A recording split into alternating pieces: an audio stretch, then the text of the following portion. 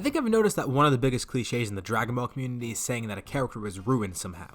Like, you'll always see some people saying this, and sometimes it's warranted and sometimes it's completely stupid. But also, it is somewhat subjective in a way, it's just people's opinions. I've already made a video similar to this about Gohan. A lot of people talked about how Super ruined him, and I personally disagreed, so you can check out that video if you're interested. And obviously this video is going to be something along those lines, except for another character. If you couldn't already tell by the thumbnail and the title, it's going to be about Vegeta. This may actually come as a surprise to some people. I know Vegeta is a fan favorite to everyone. Well, most people. I know some Vegeta haters out there. But that's besides the point. But just like with most things in Super, people talk about how Vegeta must have been ruined somehow. And to an extent, I agree, they kinda did mishandle him. So, what did they do wrong, and is it redeemable somehow? We'll get more into that in this video. And no, this video isn't about him not getting a win against the main villain. I'll also discuss that here, but this is about his character, purely discussing his development and how he was written. So to start this video off, let's discuss a bit about Vegeta. We'll talk about why he's so great and what makes his character so beloved, at least in the sense of the original manga. So I obviously don't need to go through Vegeta's backstory. Obviously all of you know who he is, and this is a Dragon Ball channel after all. If you don't know who Vegeta is, then I think you're lost. Like, seriously, if you don't know who he is, then why are you watching this? But overall, we all know the story. He started out as a bad guy and then became a good guy. And yeah, characters turning good can be pretty interesting, but it all depends on the execution, and that execution for his development is why he's loved so much. It was actually done pretty well. Common consensus in the community is that he's considered one of the best developed characters in all of Dragon Ball. He actually does have a definitive arc, and yeah, there are some hiccups here and there in the story, but overall it's a pretty good character arc. But there's a few specific things I want to talk about first before we get into Super. It's important for me to give context about these aspects of his character. Vegeta's arc isn't just him turning good, it's him also accepting his place in the universe. He always lived his life thinking he was number one. I mean, he was the prince of a warrior race, he was incredibly strong, and although he wasn't the first, he eventually became a Super Saiyan. His arrogance and high view of himself has always been a part of him, especially in those early stages of his life. But slowly he came to learn that he's not the best, and obviously his fights against Goku and Frieza were a big part of this. But one of the huge turning points was the end of the Cell Saga, right after Cell was actually killed by Gohan, and obviously after Goku's death as well. Goku was such a huge motivation for Vegeta to get stronger. Ever since Goku got ahead, Vegeta decided that he wanted to be on top once more.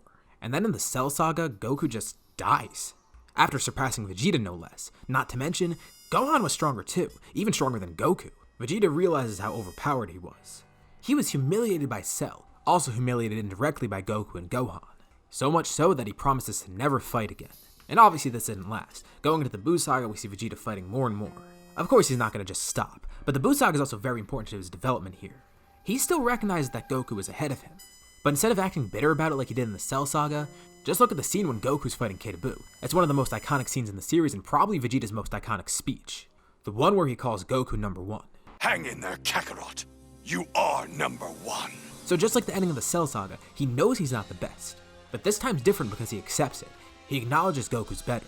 This is where he finally puts aside that jealousy he had for Goku. Instead of spending all his time worrying about it, he actually seems at peace here. It's a fitting closing for his development, at least in the Z portion of it. And that should be that, right? Vegeta accepts that Goku's better, and decides to just do his own thing without worrying about that. And yeah, that would be great, but that's not what happens. This is the main issue people bring up with Vegeta in Super. It's not the only one, but it's probably the most important one. Vegeta doesn't stick with this, he just completely backtracks on it. For the most part at least, the manga complicates this a little bit in a good way. But first let's talk about the valid criticisms about his character. In the first parts of Super, that rivalry between Goku and Vegeta is back. And no, the rivalry isn't necessarily a bad thing. The two of them can have a good rivalry, and it can help them grow in terms of strength and in terms of character. But sadly, Super doesn't really take too much advantage of that. A lot of Super is just Goku being ahead of Vegeta, and that's not an issue in and of itself. Goku's the main character, it would be kinda weird if he wasn't the strongest. What's weird is the way Vegeta treats all of this. He goes back to how he was before, with his obsession of surpassing Goku somehow. Yeah, it serves as motivation for him to get stronger, but it's really weird how it's handled considering the last arc of Z showed that he was fine with this gap in power. He knew Goku was number one, he flat out admitted it, and he was fine with it, he didn't care at that point. So I see why people consider it pretty jarring for him to want to surpass Kakarot again. So much of the time he's just purely focused on that, talking about how he wants to be number one and get ahead of Kakarot. And it's such a weird way to write him. I've said this before myself, I love that scene in the Buu Saga where he admits that Goku's number one. It's not only a great character moment for him, but pretty much a conclusion to his entire arc in Z. Part of the reason it's so iconic is because the scene is so important. Besides just the character aspect of Vegeta, another big point that people bring up is the fact that Vegeta never gets to win against the main villain in Super. And while I somewhat do agree with that first point I made about his character, This one I'm more inclined to disagree with. Like, yeah, I know he doesn't get a win against a villain. I can't refute that because that's not what happens. Vegeta has still yet to defeat a main villain. But honestly, I don't think it's that big of a deal. No character really deserves to get a win. Yeah, it's nice to see your favorite character get a win here and there, but it's not a necessary thing to make him a good character. Hell, look at Goku. Even he doesn't really get that many wins in Super. Like, if we're talking solo wins, the most important solo win he had was Kefla. In terms of main antagonists, he's either not the one to defeat them, or it requires some sort of huge group effort. And hey, if you want to get really technical about it, didn't Vegeta beat Frieza? Yeah, Goku got the finishing blow, but Vegeta was the one to beat him down to the point where he was about to kill him. That wasn't a kill that was solely Goku's. A lot of that effort was actually on Vegeta's part. Yeah, he wasn't the one to finish it, but still, he was basically responsible for a majority of the defeat. And yeah, Goku never really had any big wins in Super, at least not solo wins. Even more recently, that wasn't really a solo win, that required help from everyone around him. Jiren, it required Frieza in 17, although he was pretty close to defeating Jiren. Zamasu, that was Zeno. Hit, he forfeited against him. Beerus, he lost. And Broly, that wasn't Goku, that was Gogeta, which kinda makes it half Vegeta too. Kefla was his biggest solo win, but that doesn't ruin Goku. I mean, there are other things in Super that people say ruined Goku, but we'll have to save that for another video. Point being, a win isn't really necessary. And it's not like Vegeta completely went without any wins in Super. There were individual fights here and there, but even though he hasn't beaten a main villain yet, it doesn't really matter too much. Sure, it would be nice to see him get a win, but winning and losing isn't all there is to a character. Yes, it could play a role in the characterization, but think about it this way. If Vegeta beat someone like Jiren, for example, would that really contribute to his characterization in any way? Would it really affect its development at all? Yeah, it might affect it a little bit, but in the grand scheme of things, no, it wouldn't really be that noticeable. If you even look back at Z, his most impressive scenes weren't wins, it was just him admitting and confronting things that he's never done before. Like him blowing himself up against Boo, him developing some sort of connection with future Trunks, him admitting Goku's number one. Hell, and even in the fights that he was in, he hasn't beaten any main villains in Z. You could be a good character without that. And like I expressed in the first part of this video, the way he was written is more of a problem than him not winning. On a similar note, people bring up the fact that he's not the strongest. A lot of times I'll see people saying that the writers hate Vegeta and they want him to be weak. And no, I don't really think that's the case. Vegeta is not weak by any means. Sure, he's not as strong as Goku, but that's not an issue when he can literally blow up universes. The power scaling in Super is so crazy that Vegeta's way stronger than you probably even think. But that's another topic for another video. He's not really treated as weak either, just treated as second place. I don't really think it's fair to say that Super ruined Vegeta by making him weaker because they didn't really make him weaker. And if he's a bad character because he's weaker than Goku, then well, pretty much everyone in the main cast is a bad character. It's similar to what I was saying about getting wins. A character's power doesn't determine if they're good or not. Not that Vegeta's even seen to be that weak. And those are mostly the biggest criticisms I've seen. So on the flip side, let's actually cover some positives. One of the things I will say is that this only happened in the manga so far. The stuff I'm going to talk about hasn't really shown up in the anime yet. But it's important to discuss because I think this is where he really shines in the series. Let's start with the Moro arc. This arc actually tried something pretty nice with Vegeta. When he was finally back on Namek, he was showing remorse for his actions years ago. And this isn't really anything new. Vegeta has shown remorse before. But this was to a different extent. He actually seemed genuinely torn up about what he did in the past.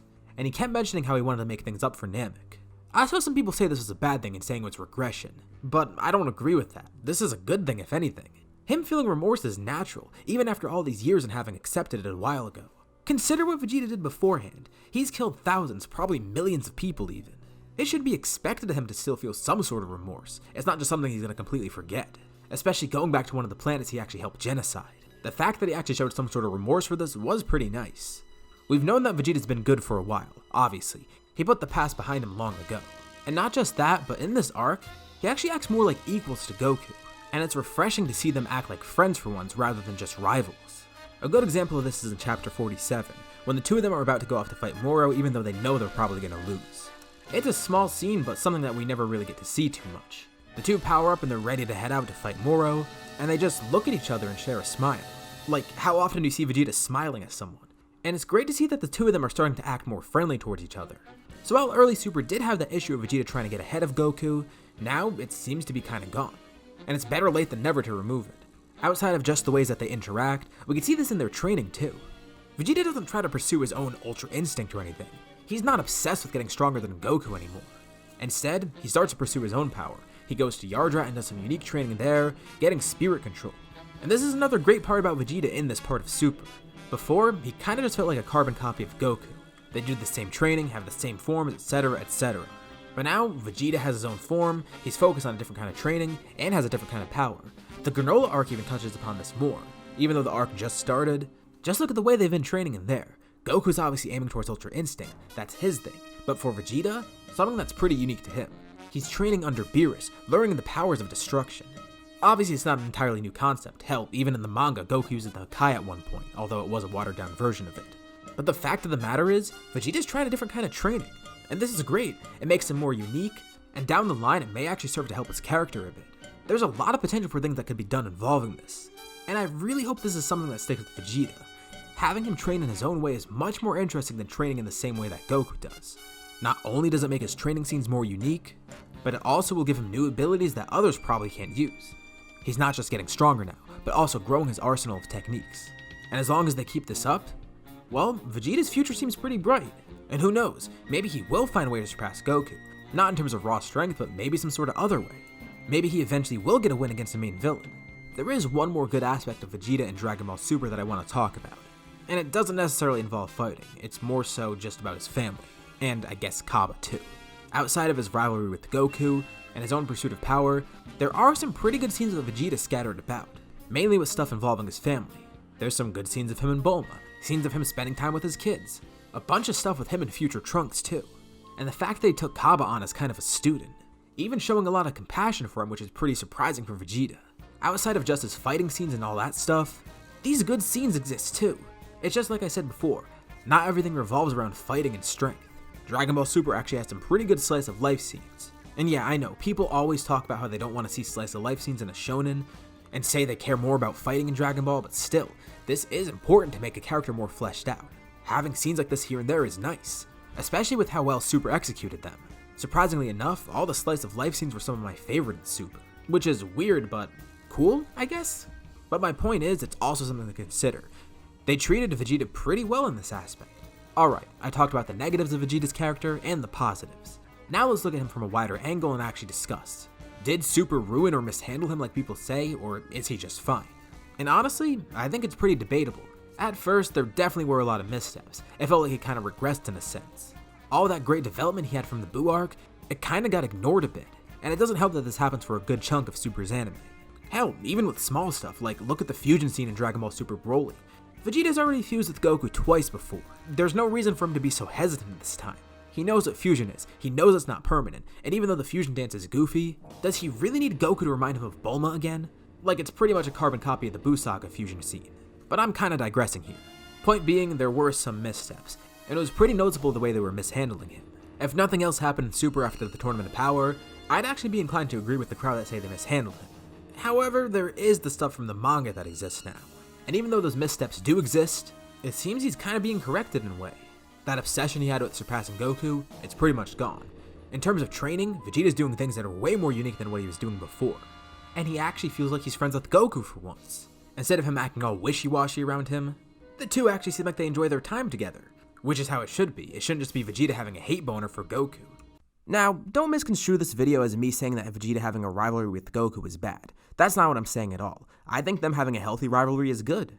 But it's just, make the rivalry interesting at least. It's always Goku gets stronger, Vegeta tries to catch up with him, and then it cycles back and forth, with Vegeta constantly talking about how he's going to surpass Kakarot. The concept itself isn't bad, it's just kind of boring when you do it over and over again without changing up the formula at all. But I will give credit where credit is due. There are some nice moments of the rivalry in Super. I prefer the two actually seeming like they like each other, rather than Vegeta being obsessed with Goku and trying to do things his own way without working with him. It's just kind of lost its luster. Fact of the matter is, there are some bad things about Vegeta in Dragon Ball Super, but there's also some good things. And in my opinion, I feel like the good's outweighing the bad now. As long as things continue the way they are, not only will Vegeta's character recover from that damage in early Super, but he may actually become a much better character than he was before. Not to imply he wasn't already great in Z, but there is a possibility that they could build upon that. And instead of him regressing or remaining stagnant like some other characters, he has potential to keep growing. He could keep developing as a character, he could become more interesting. And this gives us a lot to look forward to. So overall, I wouldn't really say that Super ruined Vegeta. They were sloppy with him in the beginning, and I agree with people saying there were a lot of issues. But the important thing is, he's on a better path now. It seems they've finally figured out what to do with him. And you know what? For all those people saying they want to see him win against the main antagonist, who knows, maybe he'll get that in the Granola arc. Not that it really matters too much, but still. Keep your hopes up. And even if he doesn't, it's not all doom and gloom. As long as he continues being an interesting character, I think he's in good hands. Let's just hope things remain this way. So, what do you guys think about the points I made in this video? Do you agree or disagree? Leave any thoughts in the comments below. It is a discussion video after all, so let's start a discussion. Anyways, if you liked the video, be sure to drop a like. And if you haven't already, be sure to subscribe to the channel and hit the bell icon. That lets you get notified about any future uploads I have on my channel, including more videos like this one. As usual, I'd like to thank all of you for watching, and I'll see you all in whatever video is next. I hope you guys all enjoyed, and thanks for the support.